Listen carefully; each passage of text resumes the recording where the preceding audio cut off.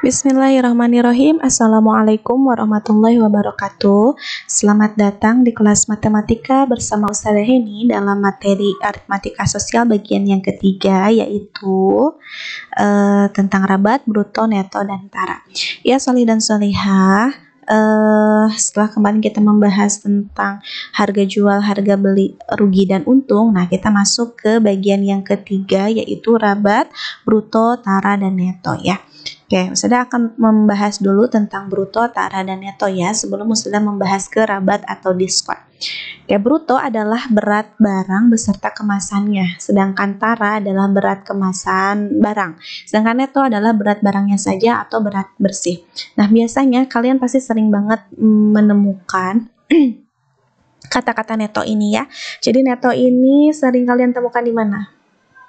Ya betul, di kemasan makanan, di kemasan minuman, bisa juga di kemasan deterjen gitu ya, di pasta gigi. Nah biasanya suka ada isi bersih, berat bersih atau neto gitu ya. Nah kalau misalkan Ustazah ilustrasikan dengan air mineral misalkan ya. Nah, bruto itu adalah berat botol minumannya dengan airnya gitu. Jadi kalau misalkan ditimbang si botol minuman dengan airnya, maka itu disebut dengan bruto atau berat barang beserta kemasannya, bisa juga berat kotor. Nah, sedangkan berat botolnya saja itu dinamakan dengan tara, karena tara ini adalah berat kemasan barangnya gitu. Kalau ditimbang hanya airnya saja, berarti itu neto, berat bersihnya gitu ya. Nah, berarti bisa kita simpulkan bruto itu adalah tara ditambah neto. Tara itu adalah kemasannya, berat kemasannya, dan neto itu adalah berat isinya atau berat bersihnya. Kalau kita ingin mencari tahu berat tara itu berapa sih, atau bisa ditemukan dari apa? Bisa ditemukan dari bruto dikurangi neto ya. Begitupun neto bisa kita cari dengan cara mengurangi bruto dengan tara. Begitu. Nah, tara selain dia dalam bentuk gram, kilogram gitu ya beratnya, bisa juga dalam bentuk persentase. Persentase tara ini gimana caranya? Caranya adalah tara dibagi bruto dikali 100%. Nah, kita lihat deh soal berikut ya. Ali mempunyai sekaleng obat serangga, pada kaleng tersebut tertera neto 640 gram. Setelah obat serangga tersebut habis, Ali menimbang berat kalengnya. Ternyata berat kaleng obat serangga tersebut adalah 160 gram. Tentukan persentase tara obat serangga tersebut. Nah, kita diminta untuk menentukan persentase tara. Di persentase tara ini kita membutuhkan apa? Taranya sendiri dengan bruto, betul. Nah, sedangkan di sini yang sudah diketahui apa? Neto 640 gram dan berat kalengnya. Nah, berat kaleng ini dinamakan dengan apa? Tara, betul ya. Berarti dari tara kita bisa menentukan bruto. Berapa brutonya? Oke, kita lihat ya. Diketahui tadi netonya 640 gram, kemudian oleh karena berat kaleng 160 gram, maka tara obat serangga tersebut adalah 160 gram. Ingat ya, tara itu berat kemasan. Nah, berarti kita bisa menyimpulkan bahwa bruto tara ditambah neto, 160 ditambah 640 sama dengan 800. Nah, jadi kita sudah punya brutonya 800 gram, kita tentukan persentase taranya. Persentase tara tadi tara per bruto kali 100%. Taranya 160, brutonya 800 kali 100, jadi 160 kali 100 dibagi 800 sama dengan 20% ya. Jadi kita bisa menyimpulkan bahwa persentase taranya adalah 20%. Oke. Kemudian yang kedua adalah diskon potongan harga ya. Jadi diskon itu adalah potongan harga yang diberikan penjual kepada pembeli. Oke, biasanya diskon sering kalian temui di mana? Ya di mall, di toko-toko baju biasanya ya, bisa juga sekarang di tempat makan gitu. Diskon biasanya dalam bentuk apa? Persen. Bisa juga dalam bentuk apa? Ya misalkan diskon 30%, diskon akhir tahun, diskon awal tahun biasanya gitu ya, atau diskon lebaran.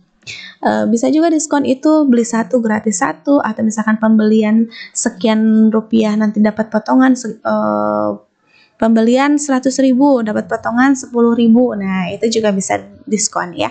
Nah, gimana kalau misalkan diskonnya itu dalam bentuk persentase? Kalau besar diskonnya itu dalam bentuk persentase, bagaimana kita tahu harga sekarang itu berapa? Jadi kita bayar si barang tersebut itu berapa? Nah, kita harus cari dulu ya.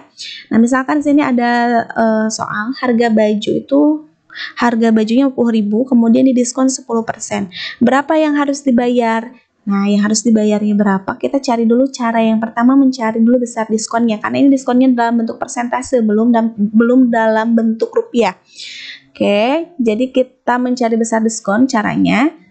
Persentase diskon dikali dengan harga awal atau harga semula ya. 10/100, 10% itu adalah 10/100 dikali 50.000.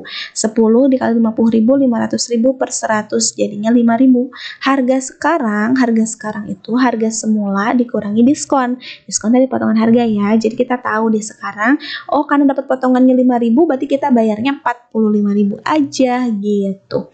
Atau bisa juga dengan cara langsung menentukan harga sekarang ya. Nah, gimana caranya menentukan harga sekarang? Nah, mula-mula kalian lihat dulu. Ini diskonnya 10%. Diskon itu adalah potongan. Kalau diskonnya 10% berarti berapa persen sih yang harus kita bayar?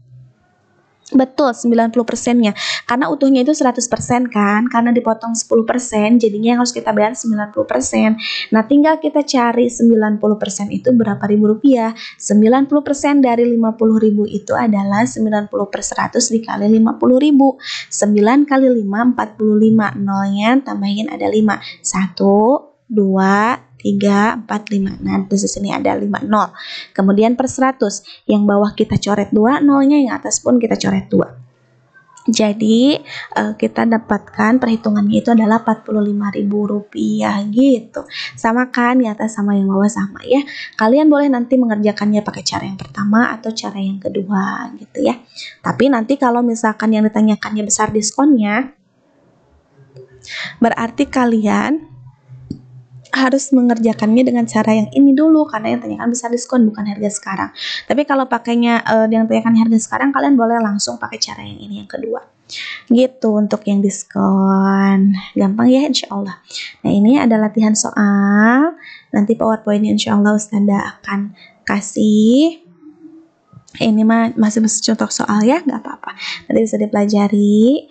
Nah, ini juga contoh soal untuk yang diskon ya. Insya Allah nanti akan di-share untuk PowerPoint-nya juga. Nah, Solihah, mungkin itu saja yang bisa Ustazah sampaikan untuk materi yang ketiga ini.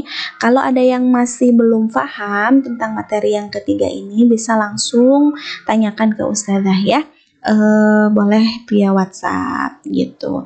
Untuk latihan soalnya itu latihan soal mandiri, tidak usah dikumpulkan tapi dikerjakan. Pertemuan berikutnya insya Allah Ustazah akan tanya secara random ya, dibahas pertemuan berikutnya gitu. Terima kasih untuk segala perhatiannya, mohon maaf atas segala kekurangannya. See you next week. Assalamualaikum warahmatullahi wabarakatuh.